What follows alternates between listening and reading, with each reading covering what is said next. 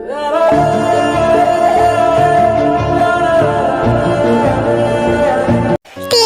থেকে বেরিয়ে প্রথমেই মায়ের রুমে গিয়ে পা দুটো ঝুঁকে সালাম করে নিয়ে বলল, আগে থেকে ব্যথা কমেছে?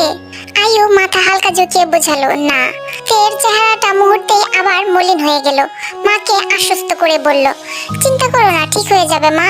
পাশ থেকে যে হোক মুচকি হেসে বললেন, তুমি কাপড় পরতে কখন শিখলে?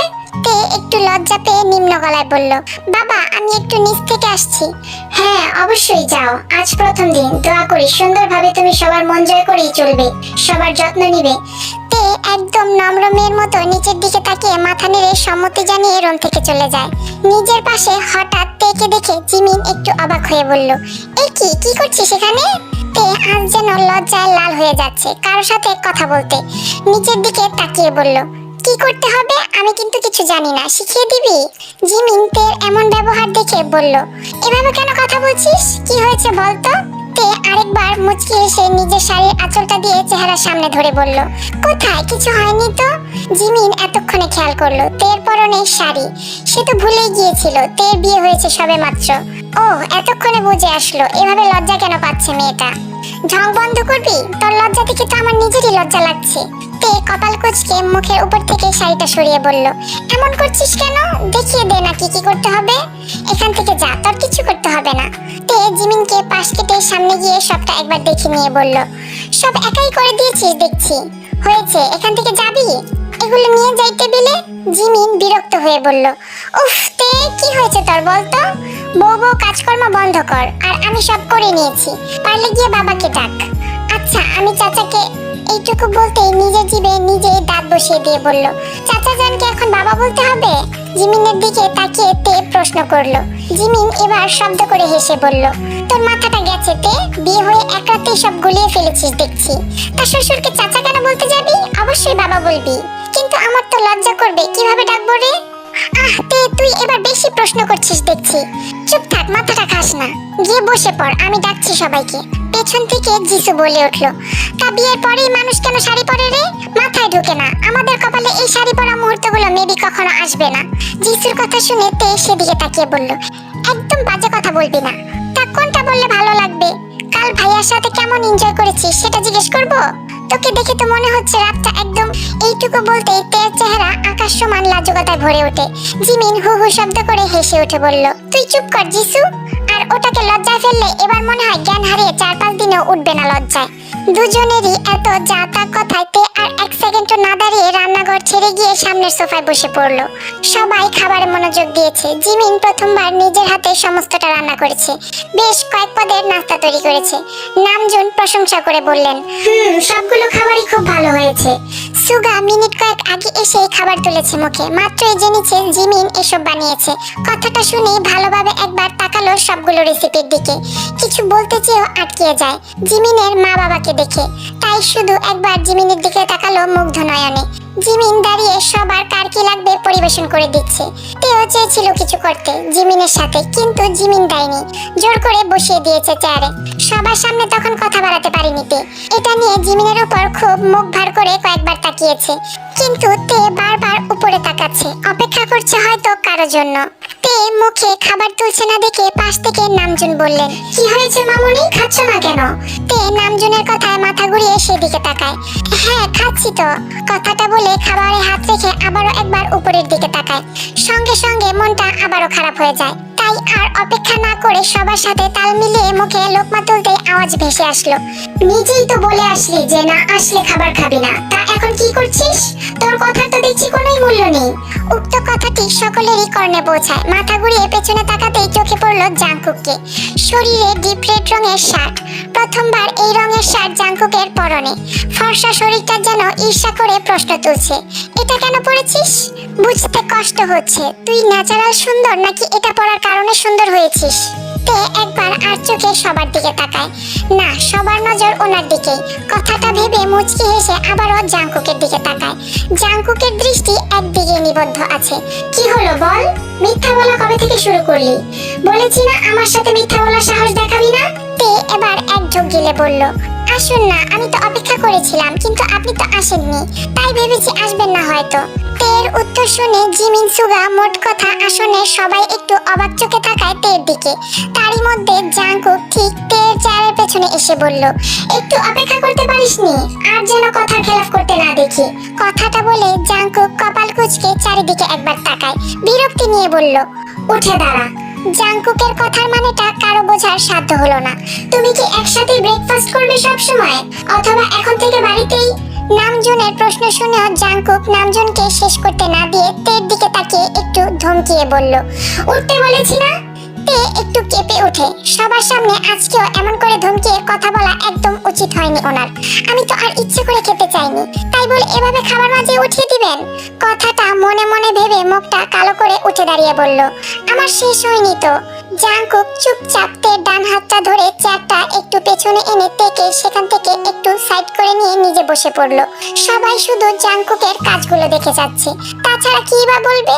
এর সাথে কথা বলা মানে উল্টো উত্তর দিয়ে ডিরেক্ট চুপ করিয়ে দেবে, নয়তো উত্তর না দিয়ে অপমান করবে। তে এবার একবার জাংকুকের দিকে তাকায়। বজ্জাত লোক একটা, নিজে বসবে বললেই তো হতো। তে এবার সেখান থেকে চলে আসতে চায়, কিন্তু জাংকুক তের হাতটা ধরে একটানে নিজের উড়োর উপর বসিয়ে ফেলে। কি করছেন কি? কথাটা না চাইতেও তে সজোরে বলে ফেলে। সবার দৃষ্টি পরখ করে নিয়ে তে নিজের চোখ দুটো বন্ধ করে ফিসফিস করে বলতে লাগলো, সব সময় বাড়াবাড়ি করতে থাকে এই লোকটা, লাজ লজ্জা তো নেই, আমারটাও শেষ করে দিচ্ছে। তারপর মাথাটা একবার জাংকুকের ঠিক বাম সাইডে এনে আস্তে করে বলল, সবাই দেখছে, ছাড়ুন না, আমি অন্যটায় বসছি। জাংকুক তের প্লেটে হাত রেখে বলল, ফিসফিস করে কি বলছিস? জাংকুকের এমন কাণ্ডে সুগা কেসে ওঠে। ঠিক জাংকুকের অপর পাশে সামনের বরাবর চেয়ারটায় সুগা বসেছে। পাশ থেকে এক গ্লাস পানি সাবার করে বলল, আজ আমার যদি এমন কেউ থাকতো। জাংকুক কপাল কুঁচকে সুগার দিকে তাকাতেই সুগা একটু ভীত হয়ে আবার বলল, না মানে এমনি বললাম। জাংকুকের ব্যবহারটা এই মুহূর্তে সবার কাছে আনিজি লাগলেও কেউ কিছু বলল না। বউ তার যা ইচ্ছা করুক, কার কি আসে যায়? বললে কি শুধরে যাবে নাকি? অপেক্ষা না করে প্লেটে হাত রাখলো জাংকুক। এতেও পাশ থেকে নামজুন একটু বেশি অবাক হলেন।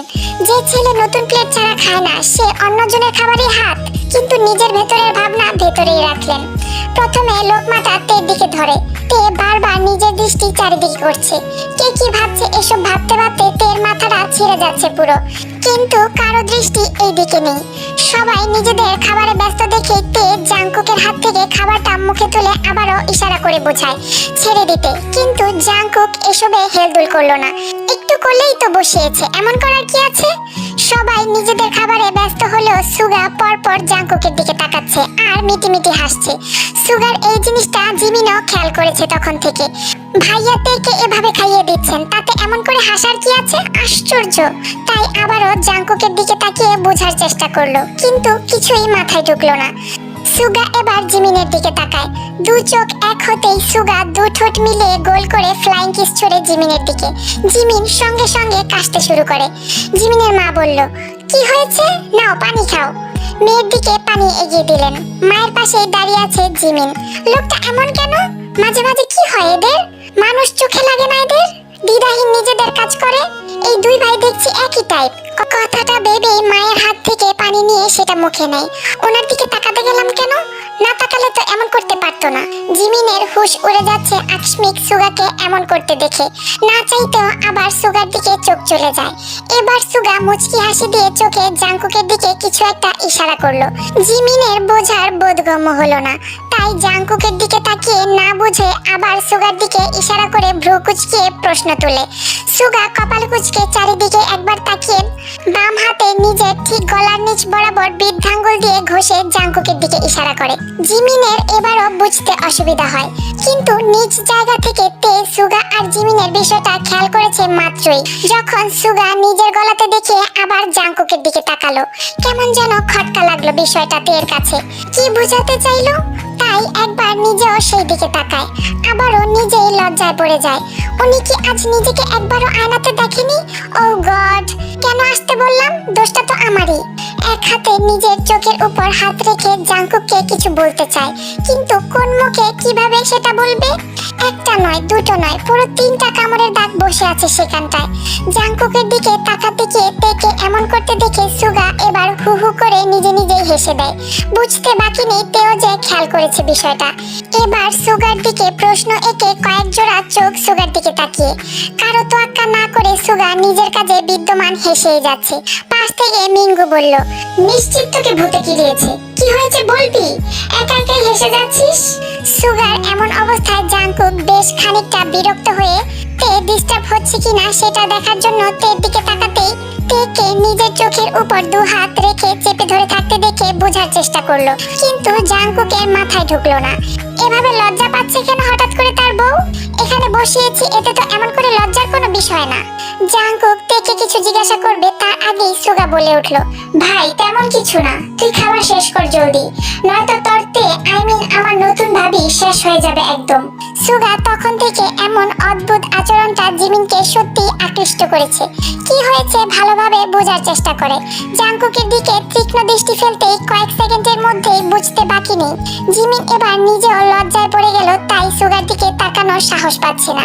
আবার কখন কি করে বসে। নামজুন সুগাকে লক্ষ্য করে বলল, এভাবে হেসে যাচ্ছ কেন তখন থেকে?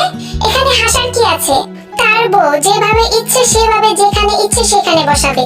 তার মাথায় যে এইটুকু বোঝার ব্রেন নেই তুমি আমি সবাই জানি। শুধু শুধু আমার মামুনিকে অস্বস্তি করার অবস্থায় ফেলবে না। সুগা এবার আর বাড়াবাড়ি না করে হাসিটা জোরপূর্বক ধামাচাপা দিয়ে দেয়। তে এখনো এভাবেই আছে। জাংকুক কারো কথায় কান না দিয়ে কোনো উত্তর সংলাপ কিছু যুক্তি না দেখিয়ে বাম হাতে তের মুখ থেকে হাত সরাতে চায়, কিন্তু তে শক্ত করে নিজের মুখ চেপে ধরে আছে, তাই ছাড়াতে বৃথা হয়ে বলল, ঠিক আছে চাইলে এখান থেকে উঠতে পারো, বলে নিজের বাম হাতে এতক্ষণ তেকে যেভাবে পেঁচিয়ে ধরেছিল সেখান থেকে হাত সরিয়ে নেয়। তে এবার দু হাতের আঙ্গুলগুলো ফাঁক করে টিপ টিপ চোখ খোলে। একবার তাকায় সবার দিকে, বিশেষ করে সুগা আর জিমিনের দিকে। তারা ঠোঁট কামড়ে হাসছে এখনো, কিন্তু এই দিকে তাকাচ্ছে না। তাই সুযোগ বুঝে তে চটজলদি বাম হাতে তে সেই লাভ বাইট চিহ্নিত স্থানের উপর ধরে অন্য হাতে শার্টটা পেছনের দিক টেনে সামনে থেকে গলা অবধি টেনে দিয়ে নিজ হাত সরিয়ে নেয়। কাজটাতে এত জলদি করেছে যে জাংকুক বুঝে উঠতে না পেরে তৎক্ষণাৎ উল্টো তেকে ধমকে বলে উঠলো, কি হয়েছে তোর? শার্ট নিয়ে এমন ধস্তাধস্তি করছিস কেন? আজীব তো। জাংকুকের ধমকে তে কেঁপে ওঠে। পাশ থেকে নামজুন বললেন, আবার শুরু হয়ে গিয়েছে তোমার, কি করেছে ও? জাংকুক নামজুনের উত্তরে কিছু বলতে চেয়েও হঠাৎ চুপসে যায়। সুগার ঠোঁটে হাসি দেখে আর তের ছলছল চোখ দেখে কি যেন মনে করে একবার নিজের ডান হাত দিয়ে কলারের দিক থেকে শার্টের ভেতরে একবার হাত ঢুকিয়ে বোঝার চেষ্টা করে নিজেই আহত হয়। এবার নিজেই শার্টের উপরে যে দুটো বোতাম বরাবরের মতো খোলা থাকে সেগুলো ঠিক করে লাগিয়ে নিতে নিতে তের চোখের দিকে তাকিয়ে নিজেই নিজের মনেকে শাসায়, বউয়ের প্রেস্টিজ রক্ষা করতে এখনই এত উদাসীন আমি? আমার মতো ছেলেদের মোটেও বিয়ে করা উচিত হয়নি, তার উপর নিজেকে ওর মাঝে প্রশান্ত করার চেষ্টা করি। কথাটা ভেবে জাংকুক খাওয়া বন্ধ করে হাত ধুয়ে তের দিকে তাকিয়ে আস্তে গলায় বলল, রাগ করেছো? আমি খেয়াল করিনি। তে কোনো কথা বলল না, এমনকি জাংকুকের দিকে তাকালোও না। জাংকুক বুঝলো রাগ করেছে তার বউ। করবে নাই বা কেন? ভুল করেছে অবশ্যই করবে। আর ওই সুগাকে তো একটু ভেবেই সুগার দিকে তাকিয়ে কপাল কুঁচকে তাকায়। দেখ ভাই, এভাবে তাকানোর কিছু নেই, আমি কিন্তু কিছু মনে করিনি। তোর বউ লজ্জা পেয়েছে, আমি কি করব? জাংকুক বিরক্ত হয়ে চেয়ার থেকে উঠে দাঁড়ায়, এক হাতে তেকে ধরে হাঁটা শুরু করে দেয় উপরের দিকে। সবাই সেই দিকে দৃঢ়দৃষ্টিতে তাকিয়ে থাকে। এদের কাহিনী কারো আজ অবধি বুঝে আসেনি, আর মনে হয় না কখনো বুঝবে কেউ। কথা বলবো না আপনার সাথে। তের অভিমানী কণ্ঠ। দেখতে খেয়াল করিনি, সত্যি বলছি। জাংকুক উপরে এসে দরজাটা আটকে তের হাত ছেড়ে দিয়ে বলল, সরি তে, আমি খেয়াল করিনি, এরপর থেকে সবকিছু খেয়াল রাখবো। তে কথা না বলে মুখ ফিরিয়ে অন্যদিকে তাকায়। কথা বলবে না বলে মন স্থির করে। সবার সামনে এভাবে ধমক কেন দেবে? আগে তো যাচাই করবে কি হয়েছে, তাই না? জাংকুক আবারও তের সামনে দাঁড়িয়ে বলল, নেক্সট হবে না, প্রমিস। কথা বলবেন না আমার সাথে। উল্টো পাল্টা কথা বলে লাগিয়ে দিস না। সরি বলেছি, মেনে নে, ব্যাস। এটা সরি বলার স্টাইল? কিভাবে বলবো? Do you have any ideas? আমি প্রথমবার কারো কাছে সরি বলছি, সেটাও এমন ভাবে নিচ্ছিস, আমার কিন্তু বিরক্ত লাগছে। যা ইচ্ছে করুন, আপনার সাথে কোনো কথা নেই আমার। তোর কি মনে হয় তুই আমার সাথে কথা না বলে থাকতে পারবি? অবশ্যই পারবো, কেন পারবো না? কতক্ষণ? 3 বছর কিভাবে থেকেছি? আমাকে দেখিসনি তাই কাছ থেকে পারবি না। পারবো। চ্যালেঞ্জ? তে কি বলবে ভাষা খুঁজে পায় না। এমন করে সিরিয়াসলি নেওয়ার কি আছে? কি হলো বল? পারবি না তাই তো? মোটেও না। ওকে। বলে মুখ ভেঙচি কাটে। জাংকুকের কাছে শব্দটা খুব বিষাদময় লাগলো। অজান্তে হাত দুটো মুঠো হয়ে আসলো। সে তো জাস্ট দেখতে চেয়েছিল বর্তমানে তের আসক্তিটা জাংকুকের জন্য কতটুকু। এখনো এই মেয়ে তার প্রতি ঠিক তার মতো করে আসক্ত হতে পারেনি। এইটুকু আসক্ত চাই না, বেপানা মোহাব্বত লাগবে, যার সীমা হবে বেহদ, অর্থাৎ কোনো সীমা থাকতে পারে না। নিজের জিতটুকু নিজে হজম করে নিয়ে এক মুহূর্ত আর না দাঁড়িয়ে থেকে চুপচাপ রুম থেকে বের হয়ে যায়। তে অবাক হয়। সে তো ভেবেছিল আবারও সরি বলে অন্তত রাগটা ভাঙাতে চাইবে মিষ্টি করে, কিন্তু চ্যালেঞ্জটা এত সিরিয়াসলি নিল কেন? ওকে, নিয়েছি যখন দেখিয়ে দিব আমিও পারি। সময়টা ঠিক 10:30 কি 11টা বাজবে। বাড়ির মেহমানরা বিদায় নিয়ে চলে যাবে এখন। নামজুনের সাথে কথা বলে বিদায় জানিয়েছেন, এখনই দরজা পেরোবেন বোধহয়। জিমিনের মা শেষবারের মতো সুগার দিকে তাকায়। এই চাহনির ভাষা বুঝতে সুগার সমস্যা হয়নি।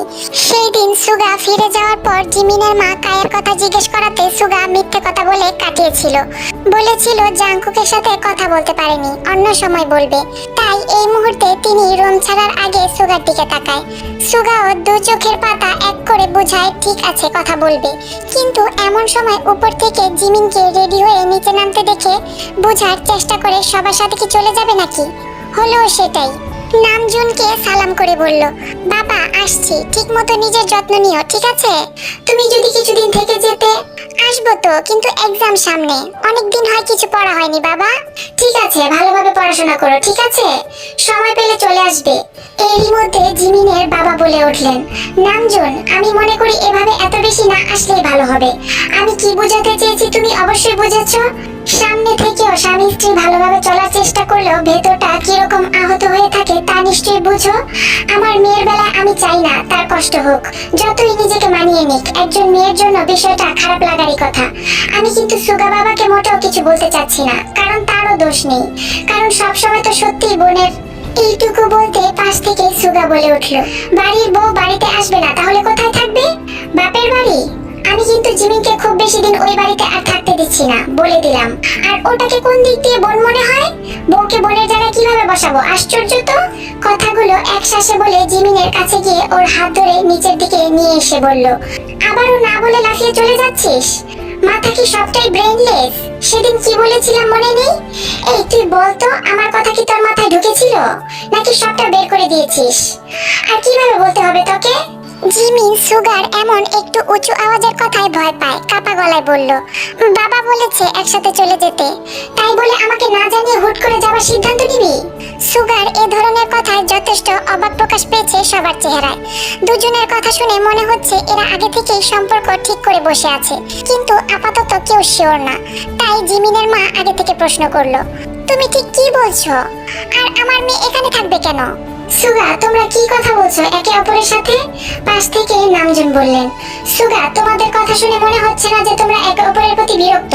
সুগা সোজা সাপটা উত্তর দেয়, আশ্চর্য, বিরক্ত কেন হতে যাব? বউর প্রতি কেউ বিরক্ত হয় নাকি? হঠাৎ এমন ভাবে বলছো যে, তাহলে এতগুলো বছর মেয়েটার সাথে এমন করেছো কেন? আমি কি করেছি? কখনো কিছু বলেছি? কিছু বলনি বুঝি? তাহলে ও বাড়ি থেকে নিজে নিজে চলে গিয়েছিল? তুমি যে বিয়েটা মানোনি সেটা স্পষ্টভাবে বুঝেছিলাম। একদম বাজে কথা বলবে না বাবা। আমি প্রথম দিকে বিরক্ত হলেও এই মেয়ে আমাকে বাধ্য করেছে ওর সাথে থাকতে, আর আমি ওকে যেতে বলিনি, পণ্ডিতি করে নিজেই চলে গিয়েছে। সেটার জন্যই শাস্তি স্বরূপ আমিও কিছু বলিনি। ওর এইটুকু মাথায় এসব কিভাবে আসে সেটা শাস্তি ছিল ওটা। কি বলতে চাচ্ছ? কিছু না, শুধু এইটুকু বলে দেই, আজ থেকে আমার পারমিশন ছাড়া বাপের বাড়ির ধারে কাছেও যেতে পারবে না। ছেলেদের চারপাশে আমি জিমিনকে সহ্য করতে পারবো না বাবা, অনেক সহ্য করেছি ওকে, আর পারবো না। ওই বাড়িতে যখন তখন যে কেউ থাকবে আর ঘুরঘুর করবে, যত সব। আর শোন, তুই কথাগুলো মাথায় ঢুকিয়ে নে। শেষ কথাটা জিমিনকে উদ্দেশ্য করে বলল। জিমিন শুধু সুগার দিকে তাকিয়ে রইল, কিছুটা অবাক চোখে। এভাবেও সবার সামনে সংকোচবিহীন কথা বলতে পারেন উনি? জিমিনের বাবা সুগার কথা দ্বারা বুঝলেন এদের দুজনের মাঝে বনাবনি হয়েছে, নয়তো এমন বলতো না। বুকের উপরে চেপে থাকা এত বছরের পাথরটা সরে গেল এক মুহূর্তে। একটা বাবা সর্বপ্রথম তার মেয়ের শান্তিটা কোথায় সেটাই খুঁজে। মেয়ের খুশিতে নিজেকে সব থেকে বেশি নিজেকে সার্থক মনে করেন। মেয়ের সংসার ঠিক হয়ে গেছে অলরেডি, ওনার মন সেটাই বলছে। মুখে হাসি এনে জিমিনের দিকে তাকিয়ে বলল, মা, সুগা কি সত্যি বলছে? তোমরা সব মিটিয়ে নিয়েছো নিজেদের মাঝে? আর তুমি নিজেই সেদিন এসেছিলে, সুগা কিছু বলেনি? বাবার মুখে খুশির ঝলক দেখে জিমিন কি বলবে বুঝতে পারছে না। কিন্তু সেদিন যে ইচ্ছে করে যায়নি, বাধ্য হয়ে গিয়েছে। ব্যবহার যদি ঠিক করতো কখনো যেত নাকি? সেদিন তো সে নিজেও জানতো না উনি সত্যি। এইটুকু ভেবে একটু লজ্জা পায়। জিমিনকে দেখে কারো বুঝতে বাকি নেই এদের মাঝে সত্যিই বিভেদ নেই। মিঙ্গু দরজার কাছ থেকে আস্তে আস্তে বলল, বাহ বাহ, আমি তো ভেবেছিলাম সারা জীবন বোবা হয়ে যাবি। যাই হোক, এবার বউ নিয়ে বাড়িতে থেকে আবার ভুলে যাস না আমাকে, ওকে? সুগা এখন মজা করার মুডে নেই, তাই মিঙ্গুর কথায় কোনো উত্তর করলো না। নামজুন এবার জিমিনের বাবার দিকে তাকিয়ে শব্দ করে হেসে দিয়ে বললেন, বলেছিলাম না আমি সুগাকে দেখেছি কয়েকবার ভার্সিটির সামনে। দেখলে কেমন জেলাস হলো প্রোগ্রামকে নিয়ে? প্ল্যানটা কেমন করে কাজে লেগে গেল? জিমিনের বাবাও শব্দ করে হেসে দিয়ে বললেন, কারেক্ট, তোমার কথায় সম্মতি দিয়ে আমি আজও কোনো ভুল করিনি নামজুন। সুগা এবার নাক ছিটকায়। দুজনের এমন হাসাহাসি তার কাছে এই সময়টাতে ভালো লাগছে না। কি নিয়ে কথা বলছো? আর আমি ভার্সিটিতে যাব কেন? আমি কি পড়াশোনা করি এখনো? অবশ্যই না, তবে তুমি জিমিনকে দেখার জন্য যেতে। আমি তোমাকে কয়েকবার ফলো করেছি। অফিসের কাজের মাঝে তুমি শুধু 2-1 বার নয়, শতবার গিয়েছো এই 3 বছরে। আমরা দুজন দেখতে চেয়েছি ব্যাপারটা সত্যি কিনা। আর বুগামের ব্যাপারটা সম্পূর্ণ গুজব ছিল, বুঝলে? তোমাকে দেখতে চেয়েছি শুধু। জিমিন অবাক চোখে আবারও সুগার দিকে তাকায় নামজুনের প্রথম কথাটা শুনে। সুগা এবার কিছুটা ভরকে যায়। কি কি দেখতে চেয়েছো? হয়েছে দেখা, আমার কাজ আছে অনেকদিন অফিসে যাওয়া হয় না, কি অবস্থা কিছুই জানি না। কথাটা শেষ করে জিমিনের দিকে তাকিয়ে বলল, অবশ্যই তুই চাইলে একদিনের জন্য গিয়ে সবকিছু গুছিয়ে নিয়ে আসতে পারিস। জিমিনের মা পাশ থেকে হেসে বললেন, 3 বছর দূরে থেকে এখন একদিনের জন্য সময় দিচ্ছ? আমার মেয়ে যতদিন ইচ্ছে আমাদের কাছেই থাকবে। এটা আমার মেয়েকে শাস্তি দেওয়ার জন্য তোমার শাস্তি। এটা কিন্তু ঠিক হচ্ছে না মা। ঠিক আছে, বাট হাজবেন্ড ছাড়া বেশি দিন থাকতে পারবে না, মিলিয়ে নিও। কথাটা বলে সুগা মুচকি হেসে জিমিনের দিকে তাকায়। জিমিনের মুখখানা লাল হয়ে আছে লজ্জায়।